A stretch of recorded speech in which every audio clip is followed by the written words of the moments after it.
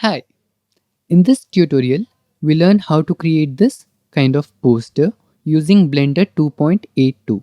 So let's get started. So this is a blank session. I want to delete all these items. So I'll press A on my keyboard and then press on delete. So you can see it's completely empty. The collection is empty now. So first, we will start with creating the text. I'll press numerical 1 button to go to the front view.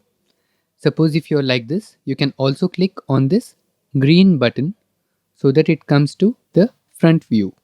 Then click on add text. You can see that it's flat, but we want it to be vertical. So click here and select view. Now you can see that it's in 3D mode also, but we will go back to the front viewport.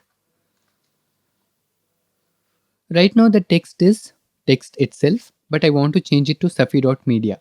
To change the text, what you can do, you have to press tab on your keyboard to go to edit mode and then backspace safi.media.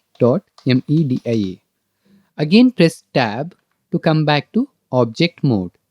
So your text has been created. Now I'll go to object settings. You can see there are so many options here. First I'll go to this font and I'll click here and select a specific font only for this purpose. Neon 400. You can search it on Google and find it out. So you can see that it's looking like neon tubes itself, but they are very thin. We want them to have some depth. So what I'll do, I'll close this font and go to geometry section and I can increase the depth. If I increase the depth, you can see that it's becoming bold. 0.02 meter is fine. But I think that there should be little gap in between each of this character. So I'll go to paragraph section. You can just keep it to center or left, it doesn't matter. Here in the spacing section, you have character spacing, and by holding shift, I'll just click and drag to slightly increase it, and I think this is fine. So this is our text. Now we'll proceed with creating the background wall. Again, I'll go back to the front viewport and then add mesh plane. It's again flat, so I'll click here and then align to view so that its orientation is like this. But we can see that these two objects are coinciding. We want little gap between each of this object. I'll press G to move and press on Y to constrain it to only Y axis so that it doesn't move left or right or up or down. And then I can just push it little back. If it's hard to see, you can go to top view and then move it. G, Y, and then keep it somewhat like this. Now we'll go back to the front view. I want to move it little up so that it's in the center point of this text. So G, Z, somewhere here. Press yes to scale it up so that it fills the complete text area. Now we have the wall created. You can just name it as wall. Now once we have done this, we have to change the render settings. So I'll click here. It has been selected as EV. I'll click and then change it to cycles. If you have a good GPU, you can select GPU and you have to put it to experimental because it helps to render faster. Okay, once this is done, we can start adding the materials. First, we will add material for this text. So what I'll do, I'll go to shading tab. Make sure that you are in material preview mode and then click on the text. Go to material properties. Press on this new button to create a new material. I'll name it as neon blue. Basically, lights always emit the radiations, so we have to change the surface from principal BSDF to emission, and then we can select this color. So this is how it looks. But we have not added the material for this surface. So we'll go back to preview, and while the wall is selected, I'll press on new button, name it as wall. Now for the wall material you can use any textures. PBR textures are very important. You should have normal, reflectivity, diffuse and displacement.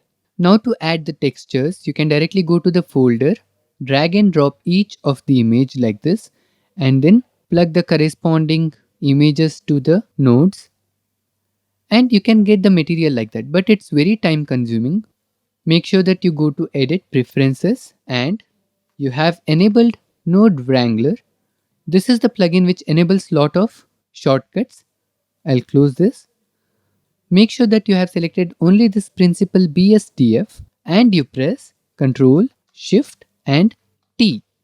Go to the location where you have saved your textures and select all these JPG images. You can exclude this preview and I can exclude this EXR also. Once I press this principal texture,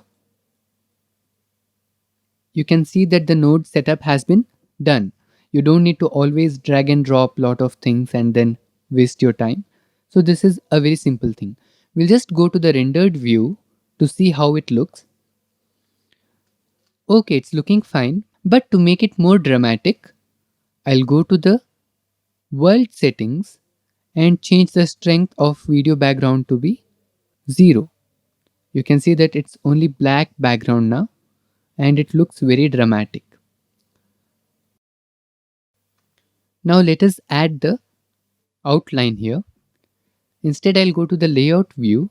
While I'm in the solid mode, I'll go to the front view and then add curve path. You can see it has been added here. I'll press G and press Z to lock it to the Z axis and keep it somewhere here. Now I'll press Tab to go to the edit mode. Select the last node, press E to extrude it so that it's an extra point now so that I can move it individually. I don't want to move it up or down. I just want to keep it like in the exact same line. So what I'll do, I'll select X because this is X axis and it will just go in the same straight line. Let us keep it till here. Now once again E to extrude it, and I want to bring it down. So to bring it down, it's Z axis. I'll press on Z to lock it to the Z axis and I'll click somewhere here. Don't worry about this getting curved. We'll fix it later on. I'll press E once again, X and bring it to the backward direction. Maybe somewhere here. And again E, Z, up till here. You can see that this has little gap, so I just want to fill it. I'll press G. I'll not extrude it, I'll just move it. So G and X to lock it to that axis and bring it till here. Now we should fix this curve so that it's like a rectangle. Select these two nodes, right click, subdivide, and you can see that one extra has been added. Just move it by pressing G and X axis closer to this point. Now select only these 2 points, right click, subdivide. Now instead of adding 1 point, if I want to add 2 points, I'll just increase this to 2. Select these 2 nodes, press S and Z to increase it along the Z axis. Just stop it when it's near the existing points. Okay. Similarly, I'll select only these 2 points, right click, subdivide, number of cuts 2 and select these 2. I'll scale it by pressing S and on the X axis. So I'll press X and drag it so that it's near these existing points. And at last we have only one left. So we'll select these 2, right click, subdivide, number of cuts 2 and select these two S along the Z axis and increase it. So if I turn it off, you can see that it's almost looking like a rectangle shape. But it's actually very thin. It doesn't have any depth to it. Go to this object data properties. In the geometry section, you have to increase the depth. Maybe we'll keep it somewhat like 0.025 meters. I think it looks good. Now we have to add material to this thing also. So I'll go to shading tab and click here to change it to material preview. And then click here. I'll select neon blue itself, but you can see that we have this button here. What this means, if I click this one, it is creating an individual material from this material itself. So I can change the name from blue to pink. So I can change it to somewhat like this. Now you can see that it's not changing the material of this because we had selected that option here. Let us go to the front view. Maybe I have to move this little down. I think this is enough. And make sure that it aligns with the text. It should not be somewhere else. It should be with the text. Now let us go to the rendered view. You can see that it has lot of definition. Let's go to the layout section and change it to rendered. If we zoom in, you can see it has nice details here on the walls. Okay, this is looking cool. Now at last we have to add only one thing, that is a camera, so that we can render out this image. Before adding a camera, we'll just see how we want the output to look like.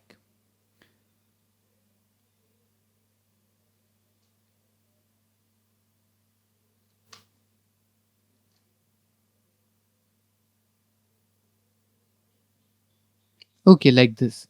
And then what I'll do, I'll click here on add, go to camera.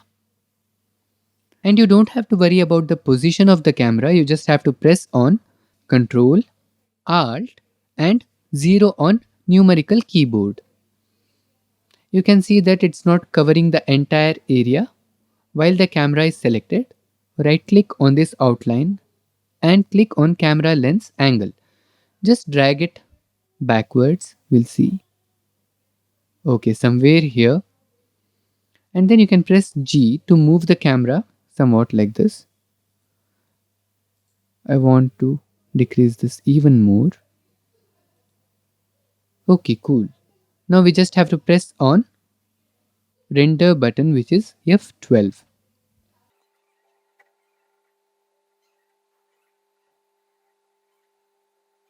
To save this image, you just have to press on image and save.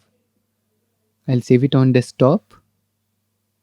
I'll name it as neon text and save.